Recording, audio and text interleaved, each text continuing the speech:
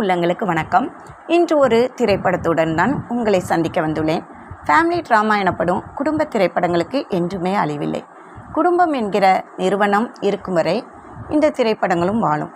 தமிழ் சினிமாவில் பீம்சிங் தொடங்கி ஏராளமான குடும்ப பட இயக்குநர்கள் இருந்திருக்கிறார்கள் அந்த காலத்தில். இந்த வரிசையில் முக்கியமானவர் விசு. அவர் இயக்கத்தில் முக்கியமான திரைப்படம் என்று சொல்லலாம் சம்சாரம் அது மின்சாரம். அதுவரை வெளியான அத்தனை குடும்ப திரைப்படங்களில் இருந்தும் இந்த படம் சொன்ன செய்தி வித்தியாசமானது மட்டுமல்ல, இயல்பானதும் கூட. சம்சாரம் அது மின்சாரத்தில் அப்படி என்ன ஸ்பெஷல்? எஸ், நிச்சயம் ஸ்பெஷல் தான். சற்று யோசித்து பாருங்கள்.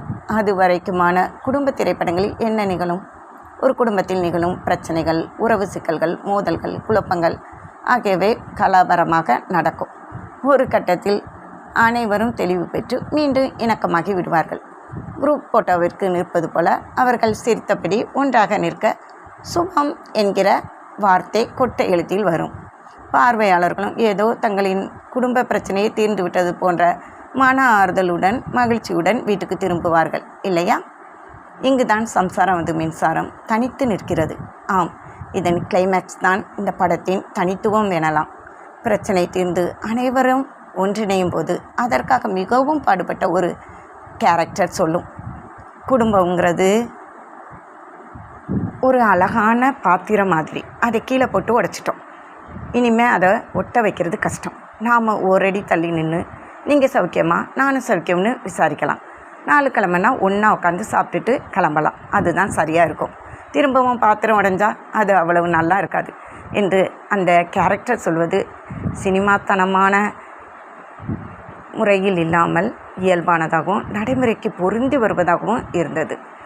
கூட்டு குடும்பங்கள் சிதறி நியூக்ளியர் குடும்பங்களாக மாறுவது போய் இன்று ஒரு சிறிய குடும்பத்தில் உள்ள ஒவ்வொருவருமே மனதளவில் சிதறி தனித்தனி தீவுகளாக ஆகிவிட்டார்கள்.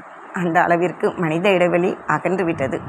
மனிதர்கள் அருகருகே வசித்தாலும் மனதளவில் தொலைவில் வாழ்கிறார்கள். சமகால திரைப்படங்கள் இந்த பிரச்சனையை உரையாட வேண்டியது ரொம்ப அவசியம்தான். விசு தான் இந்த படத்தின் ஒரு முக்கியமான கேரக்டர். இவர் ஒரு அரசு குமாஸ்தா. மனைவி கோதாவரி. சிதம்பரம், சிவா, பாரதி என்று 3 மகன்கள். சரோஜினி என்று ஒரு மகள். மூத்த மருமகள் உமா வீட்டின் மையச்சாக இருப்பவள். அங்கு மெல்ல பிரச்சனைகள் ஆரம்பமாகின்றது. வீட்டில் ஏற்பாடு செய்யும் திருமணத்தை மறுத்துவிட்டு காதல் திருமணம் செய்யும் சரோஜினி. புகுந்த வீட்டின் சண்டை போட்டுவிட்டு பிறந்த வீட்டுக்கே திரும்பி செல்லும் சிவாவின் மனைவி. கடைசி பையன் பாரதி. பல நூற்றாண்டுகளாக +2 தேர்வை எழுதி கொண்டே இருப்பவன். வீட்டின் மூத்த மகன் சிதம்பரம். எல்லாவற்றிலும் கராராக கணக்கு பார்ப்பவன்.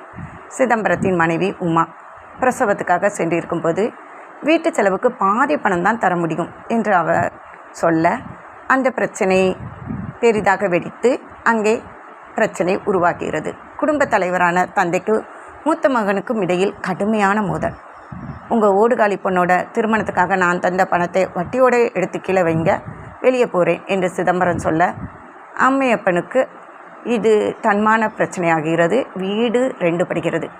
பிறகு பிரச்சனைகள் தீர்ந்து எப்படி குடும்பம் ஒன்றானது என்பதுதான் இந்த படத்தின் நீதி கதை. விசு இந்த படத்தில் முக்கிய வேடத்தில். கதை, வசனம், இயக்கம் மட்டுமல்ல, அவரின் நடிப்பு பயணத்திலும் இதுவே பெஸ்ட்டாக நடிச்சிருக்காரு. ஒரு நடுத்தர வர்க்க குடும்ப தலைவரின் தியாகத்தை, நியாயமான கோபத்தை, அசட்டுத்தனமான பிடிவாதத்தை சிறப்பாக வெளிப்படுத்தியிருக்கிறார். இத்தனை சீரியஸான கேரக்டரை காமெடியும் கலந்து நடிக்க விசுவால் மட்டுமே முடியும். மகளை பெண் பார்க்க வருபவர்களை சாக்காக வைத்து கேசரியில் நெய் டொக்கு டொக்குன்னு விழணும் என்று கோதாவரியிடம் சொல்வதும், வீட்டின் பணியாளரான மனோரமா அதை ஜாலியாக நக்கல் எடுத்து காட்டுவதும் அருமையான நகைச்சுவை காட்சி எனலாம். இதற்கு நேரெதிரான காட்சியும் உள்ளது. தந்தைக்கும் மகனுக்கும் இடையே நடக்க அந்த கடுமையான விவாதத்தை தமிழ் சினிமாவில் சிறந்த காட்சிகளில் ஒன்றாக அட்டகாசமான இன்டர்வலாகவும் சொல்லிவிடலாம். அனைத்திலும் கணக்கு பார்க்கும் சுயநலம் மிகுந்த மகன் என் பணத்தை எடுத்து வைங்க, வெளியே போகிறேன் என்று சொல்ல, உன்னை வளர்க்க எப்படியெல்லாம் பாடுபட்டேன், இந்த அம்மையப்ப முதலியாரை உனக்கு தெரியலையா என்று வரிசையாக பட்டியலிட்டு கேட்பார் விசு.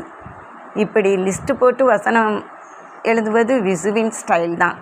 அனைத்துக்கும் தெரியல என்றே மகன் சொல்ல, வீட்டை கோடு கிழித்து 2ஆக பிரிக்கும் விசு, என் தலையை அடமானம் வச்சாவது உன் பணத்தை சீக்கிரம் திருப்பி கொடுத்து விடுவேன்.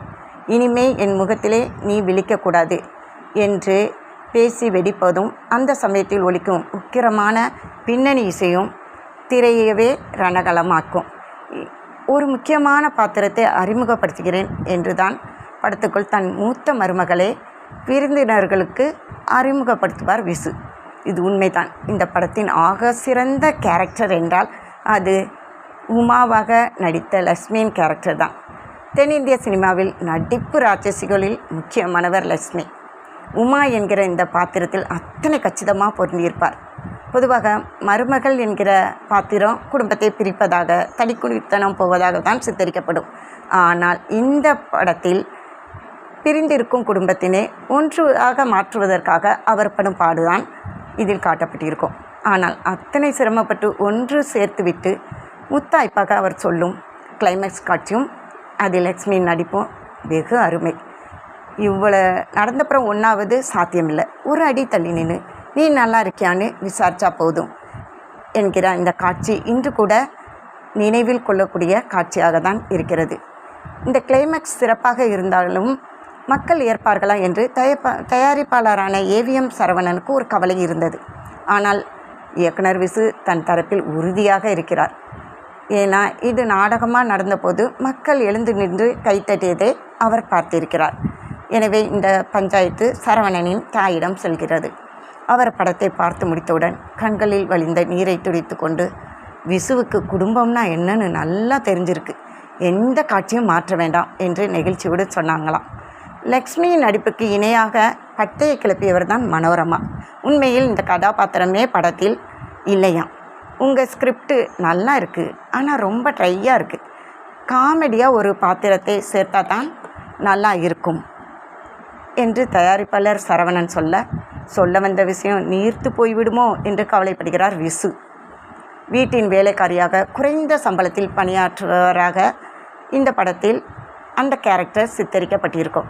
கிஸ்முடன் இவர் மோதி நடிக்கும் கம்முனு கெட வசன காட்சி மிகவும் கிட்.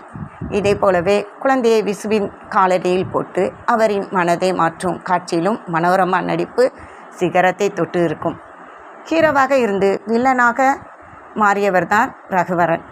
இடைப்பட்ட காலத்தில் சில குணசித்திர பாத்திரத்தையும் கையாண்டார். இதில் ரொம்ப முக்கியமானதுன்னு சொன்னால் அவருடைய அந்த சிதம்பரம் கேரக்டரை சொல்லலாம். ஆட்டோக்காரரிடம் பேசும் பொழுது குழந்தைக்கு குடிக்கும் பால் பவுடர் டப்பாக்களை கணக்கு பார்ப்பது வரையில் மிடில் கிளாஸ் மாதவன் பாத்திரத்தை அட்டகாசமாக செய்திருப்பார் நம் ரகுவரன். வீம்பாக தனி குடித்தனம் போய்விட்டு கணக்கே வேலை ஆக மாட்டேங்குதே, அங்கே இருக்கும்போது இவ்வளவு சுமை தெரியலையே என்று புலம்பிவிட்டு மனம் மாறுவார். நான் மட்டுமே அதிக சுமையை சுமக்க வேண்டியிருக்கிறது என்கிற மனப்புழுக்கம் பொதுவாக வீட்டின் முதல் பிள்ளைகளுக்கு எப்போதுமே இருக்கும். இந்த மனோபாவத்தை ரகுவரனும் சிறப்பாக வெளிப்படுத்தியிருப்பார். லக்ஷ்மியை தாண்டி இந்த வீட்டிலே குறை சொல்ல முடியாத பாத்திரம் ஒன்று உண்டென்றால் அது சந்திரசேகருடையது. சிவா தங்கம்டா, அவனை குறை சொல்கிறவங்க யாரும் உருப்படவே மாட்டாங்க என்று விசுவே அவருக்கு சர்டிஃபிகேட் கொடுத்து இருப்பார். இன்னும் பல நல்ல கேரக்டர்கள் இந்த படத்தில் இருக்கத்தான் செய்து. முக்கியமாக கமலா கமேஷ் உடைய கேரக்டரை சொல்லி தான் ஆகணும். கமலா கமேஷ் ஜானகி தேவி என்று மணப்பெண் வேடத்தில் இவர் பாடும் காட்சியும் அதற்கு விசு தரும் எக்ஸ்பிரஷனும் மறக்கவே முடியாது. செம காமெடி. எல்லாத்தையும் ஒரு கணக்கு வேணும்னா அப்படின்னு அம்மாவை பார்த்து கூறும் ரகுவரனிடம் 10 மாதம் சுமக்கிறதுன்னு தான் கணக்கு, நீ 10 மாதம் 17 நாள் இருந்த, இறைக்கையாக வச்சுட்டேன் என்று கமலா கமேஷின் நடிப்பு மட்டுமல்ல, வசனகர்த்தா விசுவின் இணைந்து கலக்கி இருப்பாங்க. விசு படம் என்றால் ஆஸ்தான நடிகர்கள் இல்லாமலாம் சம்மந்தி கேரக்டரில் டெல்லி கணேசும் அசத்தி இருப்பார். ஆல்பர்ட் பெர்னான்சா கேரக்டரில் கிஸ்முவின் நடிப்பு சூப்பராக இருக்கும். இப்படி சொல்லிக்கிட்டே போகலாம். 1970 விசு எழுதிய நாடகம்தான் இந்த திரைப்படத்துக்கு அடிப்படை. ஆனால் இந்த நாடகம் 1975 உறவுக்கு கை கொடுப்போம் என்ற தலைப்பில் ஏற்கனவே திரைப்படமாக வந்த விஷயம் பலருக்கு தெரியாது. குடும்ப திரைப்படங்களை எடுப்பதில் திறமையான இயக்குனரான KS கோபாலகிருஷ்ணன் தயாரித்து திரைக்கதை வசனம் எழுத அதை இயக்கியது யார் தெரியுமா? ஒய்ஜி மகேந்திரன். ஆனால் இந்த படம் ஓடவில்லை.